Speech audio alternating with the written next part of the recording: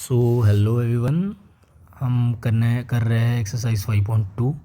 तो उसका प्रॉब्लम 16 देखते हैं क्या करना है उसमें। क्या बोल रहा है वो, determine the AP whose third term is 16, मतलब जिसका थर्ड टर्म 16 दे रखा है, and seventh term exceed the fifth term by 12। ठीक है, ये दो चीज़ें दे रखी है, तो हमें क्या निकालना है, एपी निकालना है। तो कैसे करेंगे? सबसे पहले हमें पता है nth टर्म कैसे लिखते हैं, एपी का साइड में लिखा हुआ है, it is equal to a plus n minus one times d. ठीक है, तो यहाँ से थर्ड टर्म क्या आ जाएगा, third term will be equal to a plus 3 minus 1d which is nothing but a plus 2d, और इसकी वैल्यू दे रखी है 16, तो ये हो जाएगा हमारा इक्वेशन 1। ठीक है, सिमिलरली उन्होंने दे रखा है a7 is equal to a5 plus 12। तो a7 की क्या वैल्यू है, a7 की वैल्यू है इसके हिसाब से first term plus 7 minus 1d। Similarly a5 की क्या वैल्यू है, a5 की first term plus 5 minus 1d plus 12। तो यहाँ से a क्या आ जाएगा, a plus 6d is equal to a plus 4d plus 12।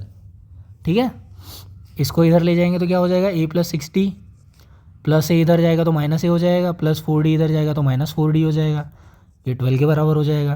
Plus a minus a cancel, 6d minus 4d is equal to 12। 6d में से 4d जाएगा तो 2d बचेगा, तो 2d इज इक्वल टू 12, तो d आ जाएगा 12/2, तो d आ जाएगा 6।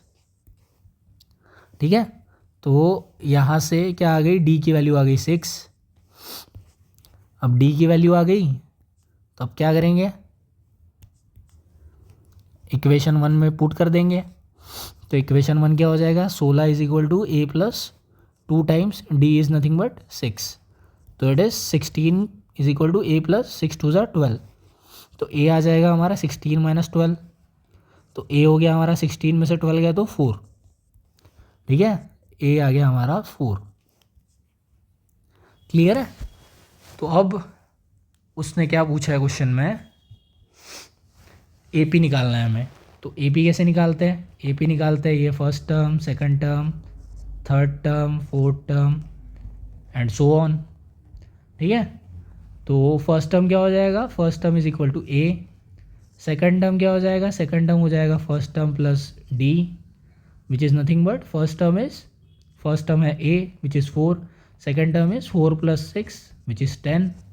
थर्ड टर्म क्या हो जाएगा, थर्ड टर्म हो जाएगा second term plus D, second term है 10 प्लस डी है हमारा 6, तो it is 16। Similarly fourth term क्या हो जाएगा, फोर्थ टर्म हो जाएगा थर्ड टर्म प्लस डी, तो थर्ड टर्म है 16 और डी है 6, तो इट इज़ 22। तो इस टाइप से हमारा एपी क्या निकल के आया, 4, 10, 16, 12 and so on.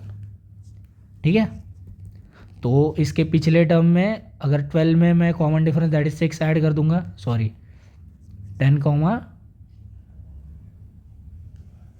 16, 22 and so on. तो अगर फोर्थ टर्म में मैं अगर डी ऐड कर दूंगा दैट इज 6 ऐड कर दूंगा, तो अगला टर्म आ जाएगा हमारा 28। 28 में 6 ऐड कर दूंगा तो अगला टर्म आ जाएगा हमारा 34। ठीक है, तो ऐसे करते जाएंगे, पिछले टर्म में अगर डी ऐड करते जाएंगे तो हमारा एपी बनते जाएगा।